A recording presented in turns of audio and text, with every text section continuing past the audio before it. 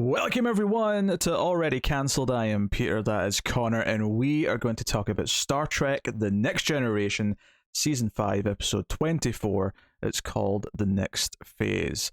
So full spoilers for the episode, and this episode is a fairly fun concept. It's basically Ensign Ro and Geordi are turned into, scientifically speaking, ghosts.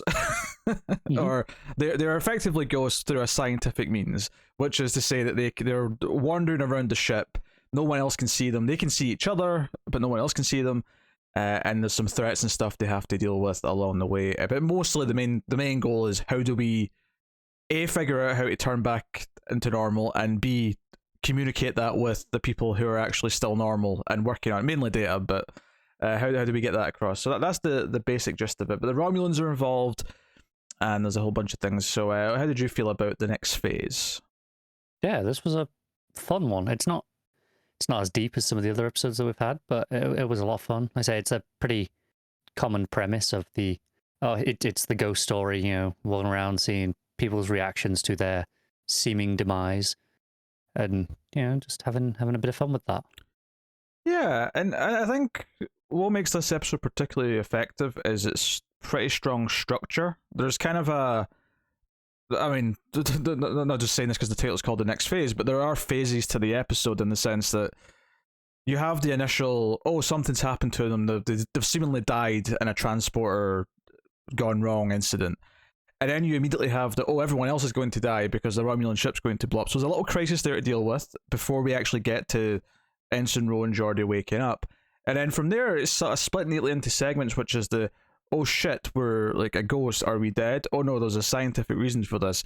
And then just about halfway to 2/3 in the episode, I haven't checked the time, but there's a nice like spin to the episode where it's like, oh, there's a Romulan going around who's like this too, which adds this level of threat. And immediately, and that's also the same scene where they find out the Romulans in general are planning something kind of shady. So you've got this the ticking time bomb to mean that okay, sure, they're going to turn back eventually, but they have to turn back in time to make sure they save everyone else. Yeah, and we have this villain version, and that scene's really effective, I think, actually, because when it cuts to that scene, this Romulan's sitting in the foreground like the entire time, and it's not until like a good chunk out of the scene where Geordi and Ro are talking about the computer or something, where he starts to sort of like have these glances, and you're like, wait a minute, he can hear them, he can see them, he's one of them, and they reveal it properly at the end of the scene by him walking to the table, which is the other. He has quite the demise. He does. This is the thing, they can walk through the walls, and they can go up or down unless they're on turbo lift. So there's a lot of them having to like share the turbo lift when someone else is using it to get up and down. Which, okay, I'll go along with that for the fun of it. But turns out they need to be careful, because as we find out with the Romulan, is if you accidentally fall out the outer bulk of the ship, you will just go into space and float away forever.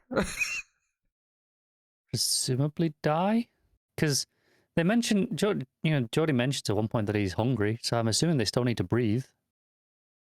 Yeah, I mean, even if they don't need to breathe, they definitely will eventually die of starvation.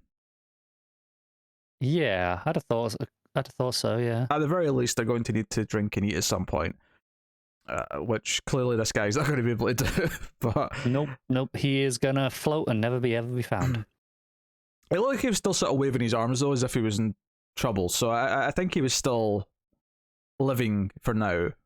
But maybe it's a quick thing I've misinterpreted visually. But yeah, I mean, I can't say for sure either way, but yeah. I can't imagine him living for long. Yeah, and it's notable that this is not something that Geordi does intentionally. He just sort of pushes him, and he happens to fall out of the ship. So it's not like Geordi comes across as this villainous bastard because he's chasing after Ro, and he's caught up with her and is attacking her, and that's when Geordi leaps in to defend her. There's a lot of fun stuff there though, because it's so the Romulan like pulls his phaser on Ro and was like, oh my god, you can see me. And then she like attacks him to try and get away, and we get a chase sequence where they're running through the walls of different quarters on the ship. So it does the classic thing where they run past someone like blow drying their hair, and they run past someone else who's doing whatever. It's a fun little sequence, and I love that Geordi's just like following Data, because Data, it turns out wherever they go on the ship, they're leaving like a sort of a trace of something, right, that Data can pick up on the computer. So Data's going to this quarters to investigate why there's such a high reading, and when the door opens, Geordi just sees Ro being attacked, and he's like, shit, Ro, and then dives to help her. And out he floats. Out he floats. So, no, I mean, the actual setup of the episode and the mechanics of it are pretty fun. And that's only one. That's once the threat's introduced, which is a really nice shake up of the premise, because it's not that it was getting dull at that point, but it was just the right time to go, oh, here's a whole extra layer to this. Yeah, it timed it before it got dull, because it was still solid. I mean, you could probably have got away with this for the whole episode without the extra threat. If you know, I don't think it would be too difficult, because it's already a fairly interesting concept, but that definitely elevated it. Absolutely. And because all the stuff before this, where like Ensign Ro wakes up on her own, it's interesting we follow her for a little bit before we find Geordi. Like, you know, she becomes the de facto lead of the episode, and she has a very different view to Geordi. Whereas Geordi immediately jumps to scientific explanation. Yeah, she fully believes she's dead, and this is an afterlife. Yeah, it takes a little convincing. You know, she has to see Crusher like type in deceased on the computer, and Picard walks through her, but once she sees this, she's like, okay, well, we're in like the afterlife. We need to say our goodbyes before we move on to the great hereafter. Yeah. And Joy's like, piss off, we're not dead. Yeah. I do really like what this does for Ro, though, because even by the end, where she's like, yeah, I didn't even think I believed in an afterlife, but when I was confronted with that, she was like fully on board. Yeah, but so now she's conflicted as to what to believe. Because it didn't necessarily prove or disprove anything. It's just the idea that she jumped to it when she was sort of put in that situation. Yeah, and just even though this was scientific and it wasn't an afterlife, the fact that when she was confronted with that to that degree, that she was willing to then believe in it, whereas she didn't think she was before, maybe means she has to question her beliefs in general, or maybe she should believe it more. Yeah, a lot of character development for her. I think you also have this, so it's kind of a running gag, as it were, but it is a nice little character beat where she's eavesdropping on Picard talking to various people, and one of them is Riker, and Riker's like, oh, and this is a nice thing in and of itself, that Data wants to put on the memorial service because Geordi was his friend, so that's kind of sweet in its own, but Riker says, oh, I was thinking of saying something at the service. And Picard says, oh yeah, you've known Geordi a long time. He's like, actually, I was thinking of Ensign Ro, and her head just sort of turns like, say what about me? What are you going to say about me? And it becomes this running thing where it comes up again later when they're like hitching a ride in the turbo lift, and she's like, what are you going to say, Riker? Because he says, he adds to it later where he says, oh, I thought hard about what I'm going to say about Ensign Ro, and it was difficult, but I think I've got it. It's like, what was difficult? What are you going to say? Yeah, even right down to the end where they're finally back, it's like, guess I'll never hear it now. Yeah, because he starts playing the trombone when he realizes of course he does. Because the party's a little more upbeat than they're expecting, and Riker gets into it and starts having some fun. I was actually kind of surprised. I was kind of half expecting the ending of the episode to be her asking him when she was back, like, what were you going to say about me? And him just sort of smiling and saying, oh, no, you're not dead. So I'm not saying it. Yeah. Which would have been funny, but as it is, it was still a pretty amusing running gag, just keeping it up for as long as they did. Yeah, no, I like that. I like, there's a lot of observation stuff where Geordi wants to go over and investigate the Romulan ship, because whatever's happened to them came from their ship, and we'll get into that in a second, but they have to hitch a ride, because obviously, since this happened to them, they're not using the transporters back and forth. They're like, no, shuttle only, because that's, you know, don't want anyone else to die. And they kind of hitch a ride, and it's Worf and Data on the shuttle, and they're talking about, Data's like, hey, what do you think a suitable memorial would be when he's trying to plan this? And Worf says, well, I'm Klingon, so, like, if a friend dies in battle, that's a great honor, so we celebrate the fact that he died in battle, because that's what we all aspire to. But humans, what a sad, morose wake of, sorts. Very different. I'm not sure Data really took that on board. Nah. It was just, I think the most of the fun, obviously there was a lot of fun stuff there for Worf, but I think most of what I liked there was just them sitting, having to listen to their own funerals being planned, and like their commentary on it as it was unfolding. Yeah. But it's more logistical things. I think I really appreciate that this episode dealt with this idea that they have to follow someone into a turbo lift or sneak onto the shuttle or whatever it may be. That there were some rules to how they could move around and they had to kind of obey them. The only time, and this is a very tiny thing, it's not really a betrayal of anything, and you could argue this is just them, like their instincts. But when they're hitching a ride on the turbo lift, when Picard and Riker are going to the funeral at the end, or towards the end, when they go to like sneak in before the doors shut, they actually kind of like, you know, squeeze together and sneak in before the doors shut. And I thought, you don't actually have to do that. You can just walk through the door. As long as you get in before the turbo lift starts going down, you're fine. Yeah, I assume it's more just force of habit. Yeah. It's a little thing, but it would almost been fun if like they did just kind of half shut on them, like as they were walking And through. they went, oh, never mind. Yeah. That would have been funny. But yeah, it's a little thing. It's a little thing. Yeah, so the tech is basically Romulans are trying to develop what is effectively people cloaking to boil it down, and effectively they've put a distress call at the start of the episode because this is blown up in their face. They've damaged their engines. They're going to eventually explode. Enterprise comes in to help them, and you know Geordi and Co beam aboard, and that's how we kind of kick the plot off. So this is kind of what they were trying to achieve.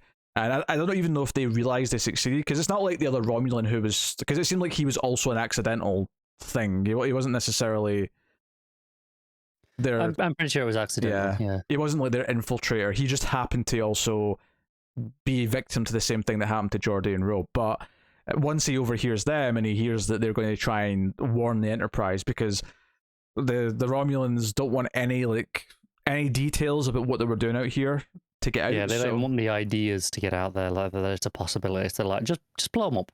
Just blow them up, it'll be cool. Yeah, so they set up like a feedback loop or something in their warp drive. So it's basically speed. As soon as they go to warp, they'll boom. Yeah, that's the idea. So there's a lot of close calls where Picard's like, warp 6, and then someone interrupts him and says, no, Data said we should wait until this is finished. He's like, okay. So we get to play again the ticking time bomb. So that's kind of what's nice about the ticking time bomb in this one, is that it's not a defined like time, like in terms of a countdown. It's when they make a choice. Yes, it's something that can keep being pushed back as long as it's justifiable as why it's been pushed back. It'll work and it'll make sense and it won't feel cheap. Yeah, and if anything, it's even fun because you can do that.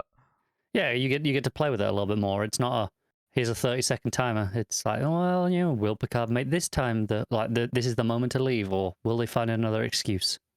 Yeah, so all that's good fun. Ultimately, they realize that they're leaving these trails behind. They realize that this beam, if it hits them, if it's turned up full, it should fix them. So they just make a lot of effective noise in 10 forward when they're all celebrating, or mourning, I should say. They just start firing their blasters off all over the place. They have one blow up an overload to really kind of say, hey, something's here, flood the place with these tachyon things. And sure enough, they do. And they see them for just a split second. Because that's what I liked about this.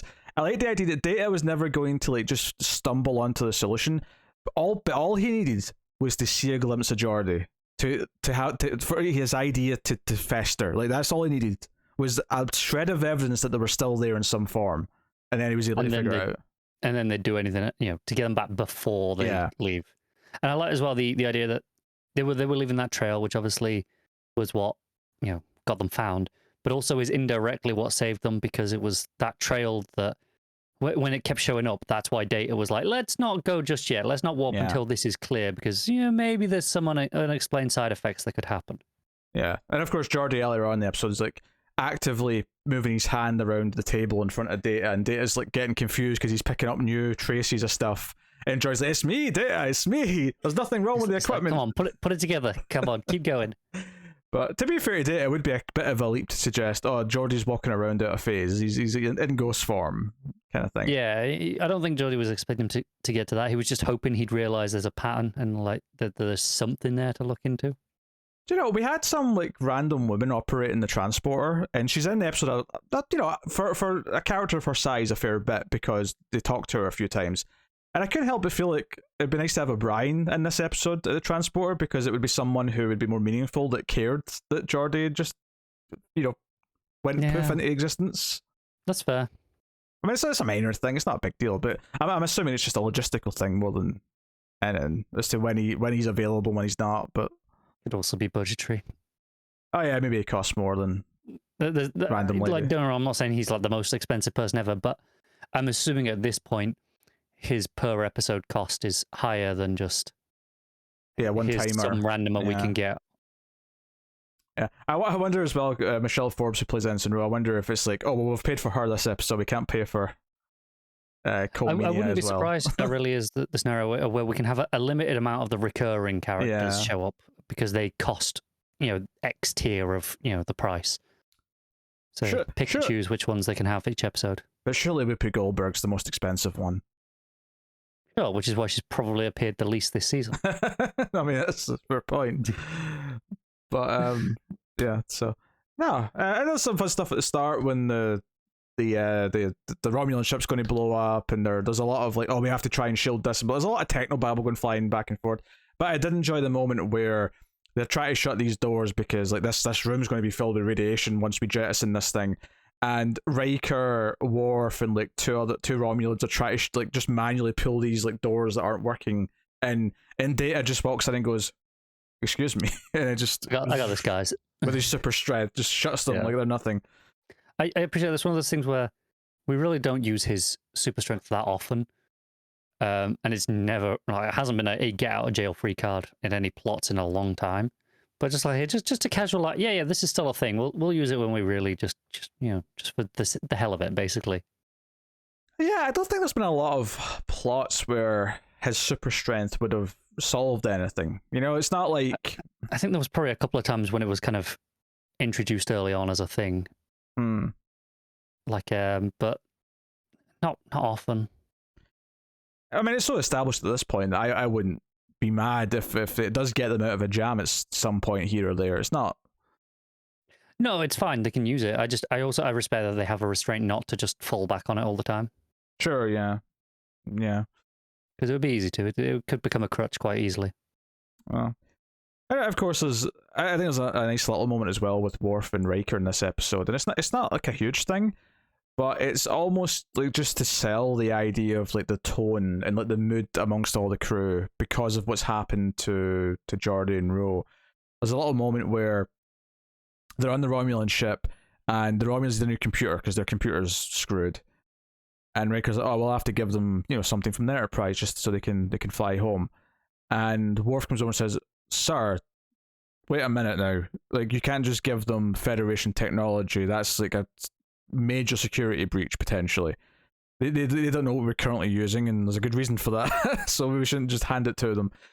And Riker just said, "Okay, sure. Well, how about we see if there's anything old, something that's like 30 or 40 years old on the Enterprise that we can give them, something that it's ancient. They already know how it works because it was so long ago. They've already captured ships that have it on it. Blah blah blah." And Worf's like, "Yeah, sure. Yeah, that sounds fine." And then he says, "Thank you." And there's just a little like nod between them. It's like, and not that Worf never has like little friendship or camaraderie moments with the other, because of course he does. But there's the little beat to give us this sense of everyone working together in the aftermath of what's happened.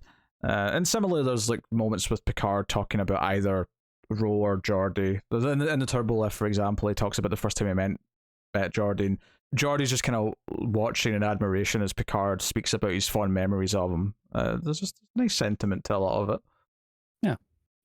It's the sort of stuff that the show only really gets away with, and the stuff that works on because we've spent a long time with these sorts of characters now. That that these memories have some weight to it beyond just okay, this is just another throwaway character that died. Even though we know they're not dead, to our characters it feels plausible. And it's an interesting pair of characters to use for this plot as well, because Ensign Ro, I mean, outside of what it does for her character, because we talked about her question her own beliefs and whatnot, is you get to take this character who's relatively minor in the sense that she's a fairly new character who recurs but isn't here all the time, and you sell us on how everyone else thinks about her, or at least a few key individuals, right? You kind of sell how important she is through their reactions to this and how they talk about her. And then Geordie, I don't think we need to be sold on Geordie, but I do think perhaps the interesting element to him being one of the people who this happens to is Data's reaction, because of Data's views on friendship and how he responds to this. So yeah, I think Geordie's the obvious linchpin, because obviously, generally speaking, most of the audience will care about him more. I think, yes, the interesting part with that is definitely Data, but I think also this helps to elevate Ro, because it puts her on the same level as Geordie in the eyes of at least most of the senior crew here that we're familiar with. They seem to be, taking this hard for both of them, not just Geordie. And then Ro isn't just an afterthought. She's not just a red shirt anymore. She's clearly thought of in the same regard as Geordie by them. I think that goes back to why it's important again that we start with her. We don't start with Geordie. She's on her own for a couple of scenes, good 2 or 3 scenes before she runs into Geordie. It's like, oh shit, there's 2 of us and we can touch each other and we can't touch anything else. So it's the same thing. Whatever it is, we're on the same wavelength, and that may actually be literal in this sense. It might well be, yes. There was a lot of if I have a minor critique, I suppose, is that there's so much technobabble explaining things left and right, and it's never confusing because you always just kind of get what they mean. But I couldn't reiterate any of it to you right now. No, I couldn't either. And yes, it's a critique, but also at the same time, on a personal level, I kind of don't care. I'm accepting of technobabble as long as it makes sense in the moment, and I'm not sat there thinking about, trying to understand it. I just kind of brush over it. As long as I get the gist of it, I'm fine with it. I think the reason why it's not a big deal, in this case in particular, is the mechanics by and large make sense, but more to the point, I think the technology that's done this to them, I understand its purpose. I understand why the Romulans were trying to design this. I understand it going wrong, having this effect, because it's what it's designed. It's not like a random side effect. This is actually what it's supposed to do. It's just kind of fired out and done some stuff. Done it a little bit wrong, uncontrolled. Yeah, it's not controlled yet because they haven't quite mastered how to use the bloody thing yet. But it's not just this random thing. Yeah, it's like, yes, it's technobabble, but you understand the purpose. You understand the premise of what's happened to them and how to fix them. I think as long as it achieves that, the linguistics of it don't really matter that much. I think I bring that up because it was probably my biggest concern going into this episode, because when we read the description, it's like, oh, they're basically ghosts, but it's like a techno reason for it. And that's fine, but I was sort of thinking, well, how are they going to sell me that they're basically ghosts, but it's all just technology? And honestly, I think this was perfect. Pretty easily. Yeah, this was perfect. This is exactly the sort of thing that didn't feel like it was just hokey for the sake of doing the plot. No, because they definitely came up with the idea for, let's do an episode where they're ghosts first. Oh, for sure, yeah. Which is absolutely fine. That's a, to tried and tested premise. So, all right, let's think of a reason to do it. And sometimes those can be, better than others. Sometimes they're a bit, a bit of a mouthful to get around. Whereas this is like, yeah, no, it's fine. It's just about like within the realms of it's logical possibility of what this show plays with. It's an extension of cloaking technology already, essentially. Yeah. It just goes a little bit wrong. Yeah, it's completely logical they would want to do this and they're trying to do it. So it made complete sense to me.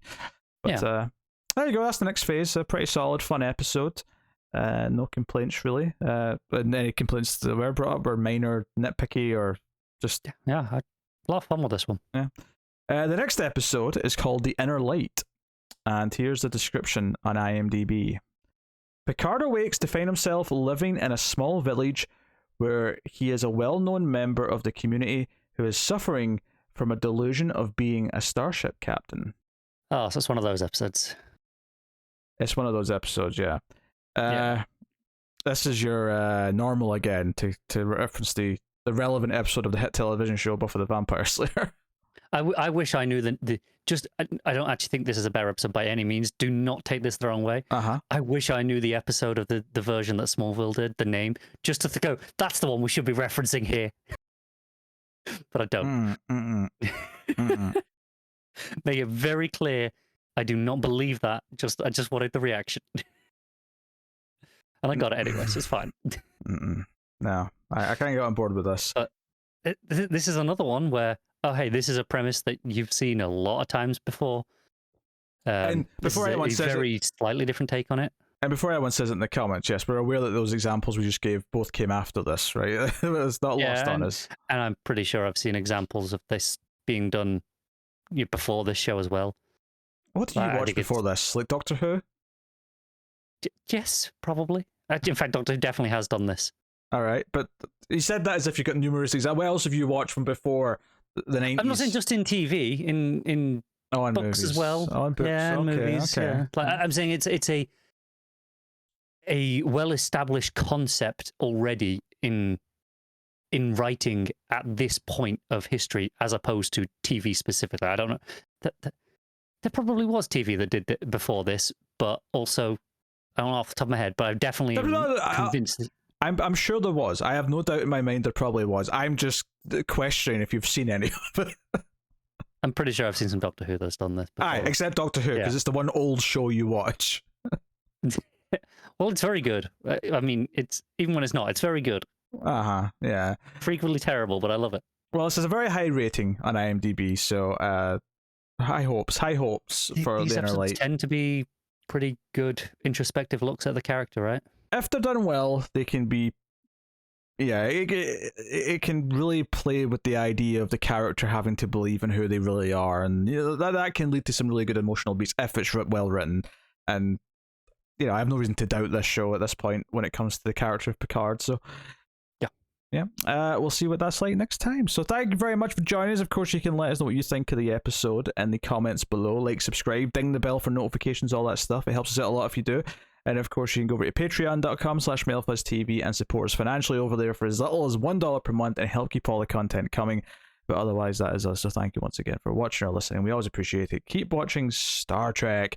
And somewhere out there, Wesley is trying to invent this technology so he can sneak into the girls' changing room. Why, he's a teenager?